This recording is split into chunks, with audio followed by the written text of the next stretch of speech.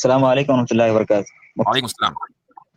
جی مفتی صاحب، اصل میں بعض اوقات کچھ لوگوں کی طرف سے یہ سوال کیا جاتا ہے، اس کا جواب دینے کی کوشش تو کی جاتی ہے لیکن مطمئن نہیں کر پاتے ہیں کہ عام طور سے اسلام میں قرآن حدیث نے یہ کہا ہے کہ مردوں کے ساتھ میں وعدہ کیا گیا ہے جنت کے اندر۔ آپ کس مدرسے سے پڑھے ہیں یا پڑھ رہے ہیں؟ جی پڑھ رہے ہیں، ویسے ندوۃ العلماء کی شاخ کے اندر برانچ میں پڑھ رہے ہیں اور اس سال ندوۃ العلماء میں رہیں گے۔ ٹھیک جی، اب دیکھیں ہمیں لہجے سے پتہ چل جاتا ہے کہ مدرسے کا طالب علم ہے۔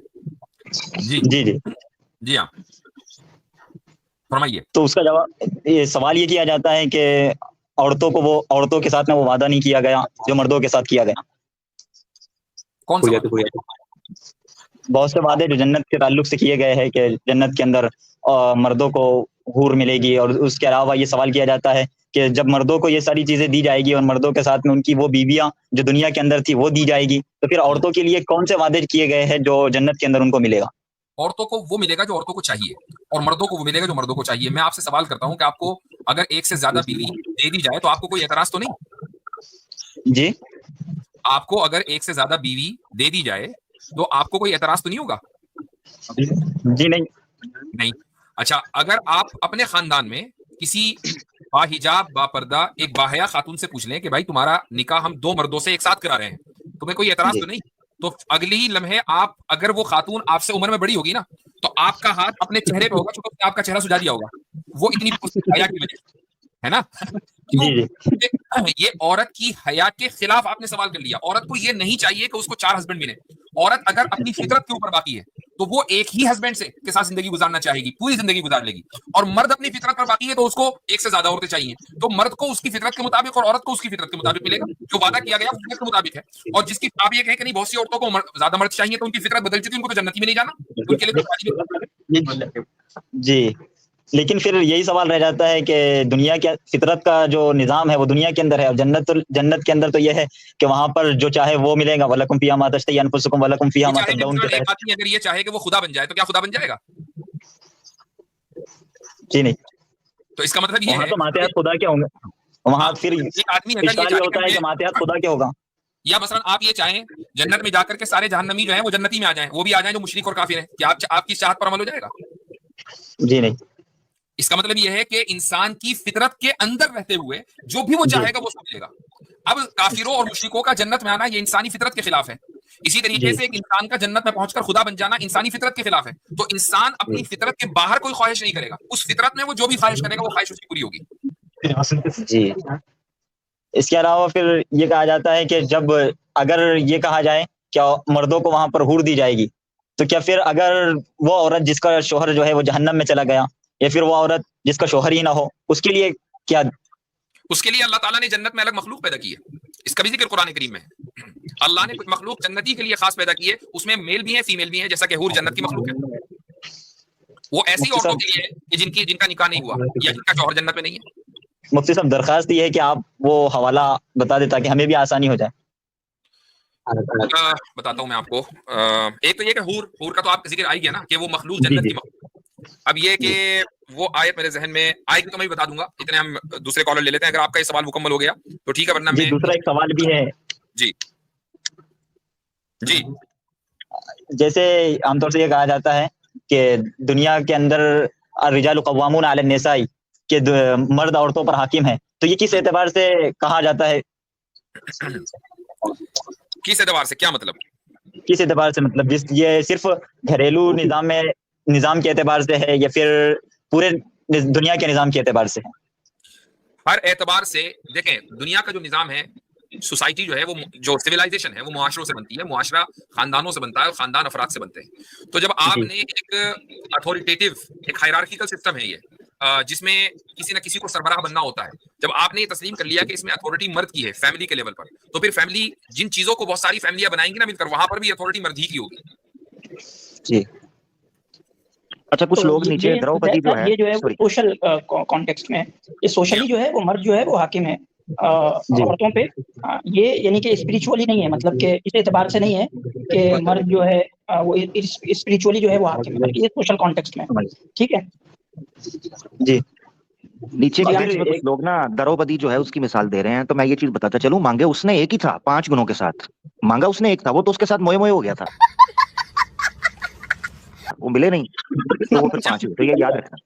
اچھا زید صاحب یہ بھی ذہن میں رکھیے میرے وہ ابھی مل نہیں رہا مجھ کو حوالہ اس کا لیکن بہرحال یہ حوالہ موجود ہے اور قرآن کی کسی آیت سے وہ دلا لے. لیکن یہ بھی ذہن میں رکھیے گا کہ ایسے بھی مرد بہت بڑی تعداد میں جنت میں جائیں گے کہ جن کی بیوی موجود نہیں ہوگی, چاہے ان کی شادی نہیں ہوئی یا بیوی ادھر رہ گئی, تو ان کو بھی شادی کرنی ہے نا, تو ان کی ایسی عورتوں سے ہوگی جن کے ہسبینڈ نہیں. مسئلہ یہی پیدا ہوتا ہے کہ وہ حوالہ مانگتے ہیں کہ پھر عورت کے لیے آپ یہ کہتے ہیں کہ مرد کے لیے یہ چیزیں, مرد کے لیے یہ حور دی جائے گی, تو پھر وہ حوالہ یہ مانگتے ہیں سامنے والے کہ بھئی عورت کے لیے پھر اگر اس کا مرد چلا گیا جہنم میں, یا پھر یہ ہے کہ اس کی شادی ہی نہ ہوئی ہو, تو ان کے لیے کیا دیا جائے گا, تو اس کا حوالہ وہ طرف کرتے ہیں. بنیادی طور پر یہی بات ہے نا کہ شادی کرنا ایک اس کی فطرت میں ہے, اور فطرت کے اندر اس کی جو بھی خواہش ہے وہ پوری کی جائے گی. جنت میں جا کر اس کی خواہش فطرت کے مطابق یہ ہے کہ اس کی شادی ہو, تو اس کی شادی ہوگی, چونکہ فطرت کے مطابق جتنی خواہشات ہیں وہ پوری ہونی ہے.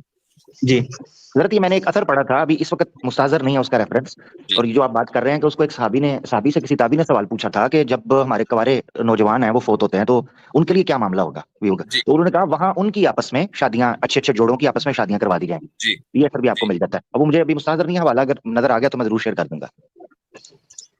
جی اسی طرح سے پھر بعض خواتین کا اعتراض یہ ہوتا ہے, مسلم خواتین ہی ہوتی ہے, ان کا اعتراض یہ ہوتا ہے کہ 4 شادیوں کی اجازت دی گئی ہے, اور پھر وہ حضرت فاطمہ رضی اللہ تعالیٰ عنہا کی شادی پر اعتراض کرتے ہوئے کہتے ہیں کہ حضرت علی کو اعتراض.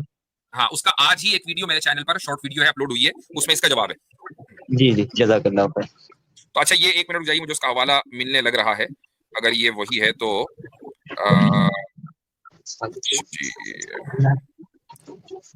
ٹھیک ہے. تو اب دیکھیں یہ سوال ہے,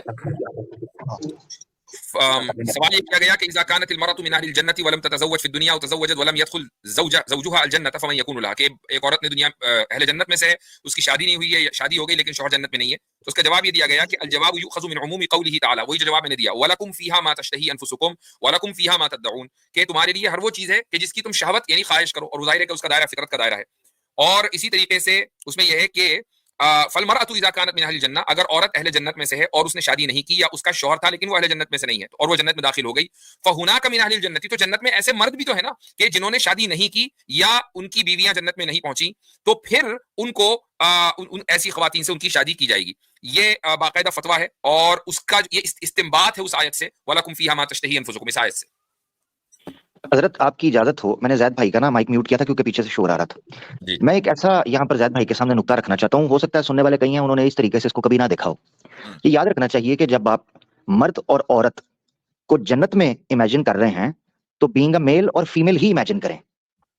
اب مثال کے طور پر عورت کی نیچر جس وجہ سے اس میں نسوانیت یا زنانہ پن آتا ہے, یا فیمنزم یا فیمنن اس کی نیچر ہوتی ہے, اس میں ایک تقاضا یہ ہے کہ وہ اپنے مرد کے اوپر ڈیپینڈنٹ ہوتی ہے, مرد کے ساتھ لنک ہوتی ہے اور اس کو انچارج مان کر خوشی محسوس کرتی ہے. اور پھر عورت ایموشنلی اس طریقے سے کنسٹرکٹ کی گئی ہے کہ وہ ایک وقت کے اندر ایک مرد کو اچھے سے خوش بھی کر سکتی ہے اور اس کو اٹینڈ بھی کر سکتی ہے, کیونکہ ایموشنلی وہ فوکسڈ ہوتی ہے. جیسے ہی اس کی زندگی میں ویکیوم آئے, گیپ آئے ایک مرد کے حوالے سے, تو وہ دوسرے مرد کی طرف جاتی ہے, پھر دوبارہ اس نظریے سے وہ اس مرد کی طرف نہیں آ سکتی جس سے پہلے ہٹی ہوتی ہے. یہ ہے عورت. جب آپ یہ کہتے ہیں کہ جنت میں عورت ہوگی, تو وہ عورت ہوگی ہی تب جب اس میں عورت کے گن ہوں گے. صحیح بات. اور مرد ہوگا ہی تب جب اس میں مرد کے گن ہوں گے. یہ ایسے نہیں ہوگا کہ یہ جسم وہاں پر جائے گا مگر نیچر بدل جائے گی, وہ تو خوبصورتی ہی ختم ہو جائے گی. یعنی عورت میں جو نزاکت ہے, جو اس میں زنانہ پن ہے, جو اس میں شرمیلا پن ہے, جو اس میں نازکی ہے, جو اس میں خوبصورتی ہے, یہ جو چیزیں ہیں, اس لیے قرآن میں ان کی صفت بیان کی ہے, عروبن اترابا, عشاق ہوں گی, اپنے خامدوں کی عاشق ہوں گی. عروبن کا مطلب ہے مر مٹنے والی. اب مجھے بھلا بتاؤ, جس عورت کو یہ صفت دے دی جائے کہ وہ اپنے خامن پر مر مٹنے والی ہو, وہ کیسے کسی دوسرے کا تقاضا کرے گی؟ تو یہ یاد رکھنا آپ نے کہ عورت کو اس کی نیچر کے حساب سے جنت میں آپ نے سمجھنا ہے, تبھی وہ عورت کہلائے گی, ورنہ وہ عورت نہیں رہے گی. اچھا وہ مجھے دلیل مل گئی ہے, انس بن مالک کی روایت ہے بخاری اور مسلم کی. اس میں یہ ہے کہ لا تزال جہنم یلقا فیہا وتقول هل من مزید, کہ جہنم خالی رہے گی اور کہتی رہے گی کہ مجھے اور چاہیے, یہاں تک کہ حتی یضع رب العزت فیہا قدمہ. تو اس کے بعد جنت کا ذکر ہے, ولا یزال فی الجنت فضل, جنت میں خالی جگہ باقی رہے گی, تمام اہل جنت داخل ہو چکے ہوں گے. حتی ینشئ اللہ لها خلقا فیسکنہم فضل الجنہ, یہاں تک کہ اللہ ایک نئی مخلوق پیدا کرے گا اور وہ اس علاقے میں رہے گی. یہ ہے وہ دلیل. جی, تو اس سے یہ جواب دیا جا سکتا ہے کہ عورتوں کے لیے وہاں پر وہ جو چاہے گی ان کے لیے اس کا انتظام کیا جائے گا. جب اللہ ایک مخلوق پیدا کر رہا ہے جو جنت کے لیے اس خالی جگہ کو پر کرے گی, تو اس میں سے وہ افراد بھی نکلیں گے جو ایسی عورتوں سے نکاح کریں گے. جی